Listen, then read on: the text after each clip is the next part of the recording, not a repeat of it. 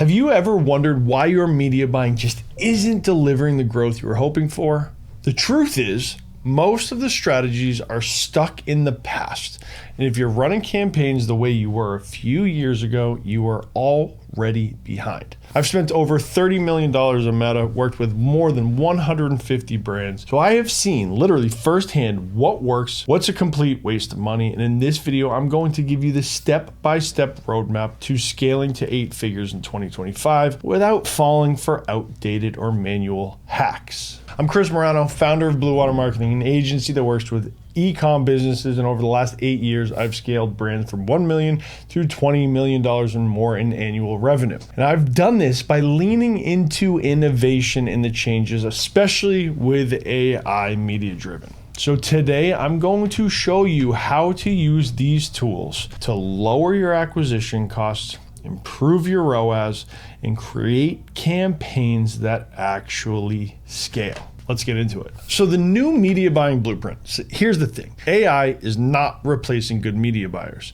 And if you watch this video right up here, we have built some crazy AI systems for media buying. But the fact is, it is going to replace the bad ones. Instead of guessing which campaigns will work, I am starting to utilize Meta's AI a little bit more. We are working to unify our entire campaign structure so that budget will accurately flow to what's performing. From there, we implement cost controls or value optimizations to maximize ROAS. These things are changing quick, so we are a little slow to adapt, as we all saw.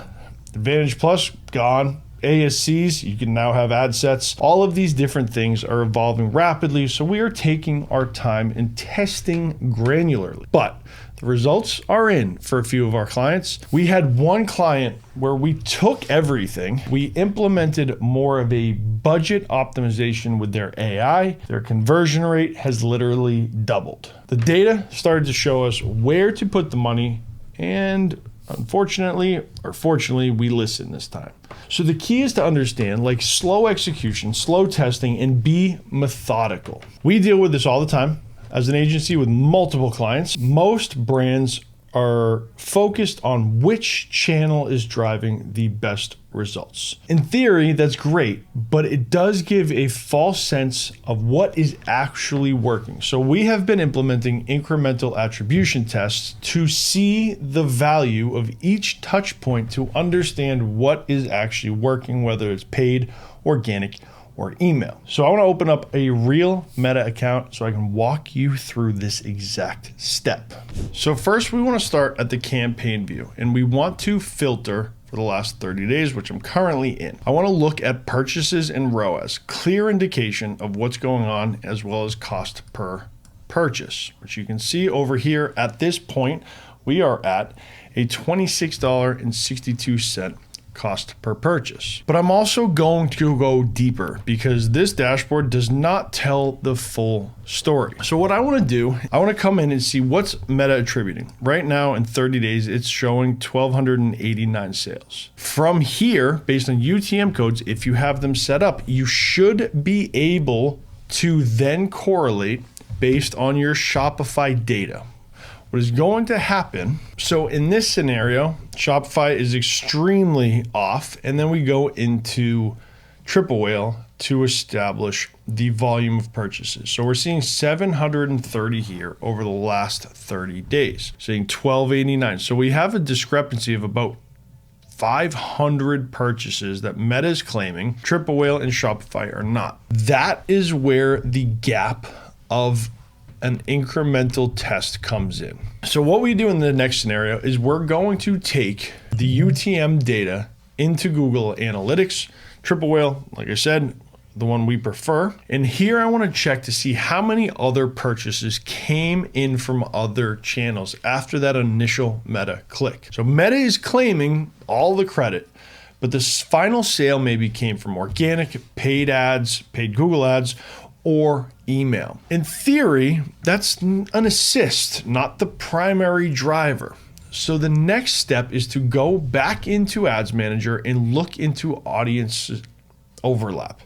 So you go into audiences, and I believe to check to see if there are campaigns running. So we're gonna take all of these audiences, whichever ones we're running, and we're going to do an audience overlap test. We want to click on, so if I know we're running these, we're going to take all of these and maybe another one. You can only max out at 5. We're going to look at audience overlap, and we are seeing the overlap is next to nothing. We have 7%, 0%, 0%, and then this one's unavailable because we're using custom audience. So in theory, we have no audience overlap issues in this scenario. I can check whether the campaigns are competing for the same eyeballs. Remember, Meta is you're bidding to gain eyeballs. And this is where often warm traffic retargeting gets over attributed because they were already on the path to purchase. The next step is to run an incrementality test. Turn off one of the campaigns or audience segments for a short period of time and measure the revenue drop. If sales do not dip proportionately, that campaign wasn't adding as much value as either you think or is being reported. And the last step in this whole process is calculate your blended MER, total revenue divided by total ad spend.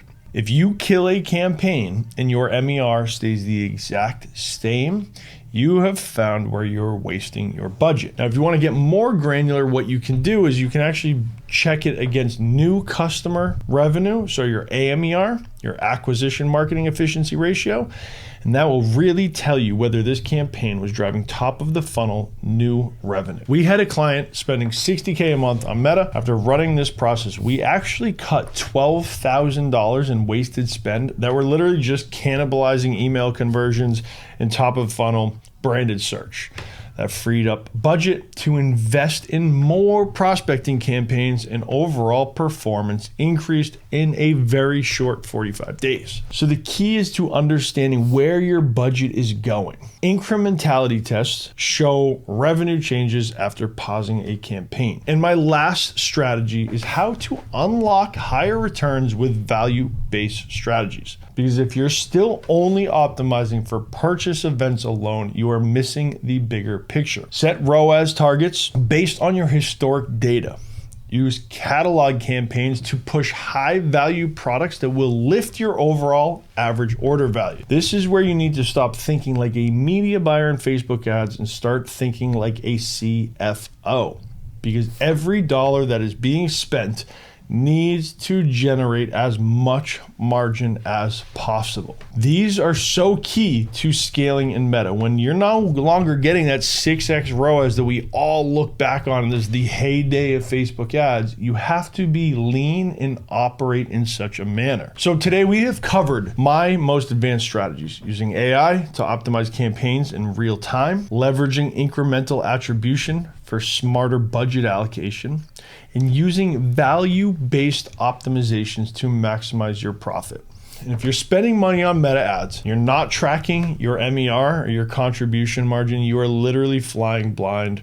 If you want to learn more, book a call down below with my team. We can walk you through what to look for, an audit to understand what's happening, and then a roadmap to help you get to where you want to go. We will see you in the next video.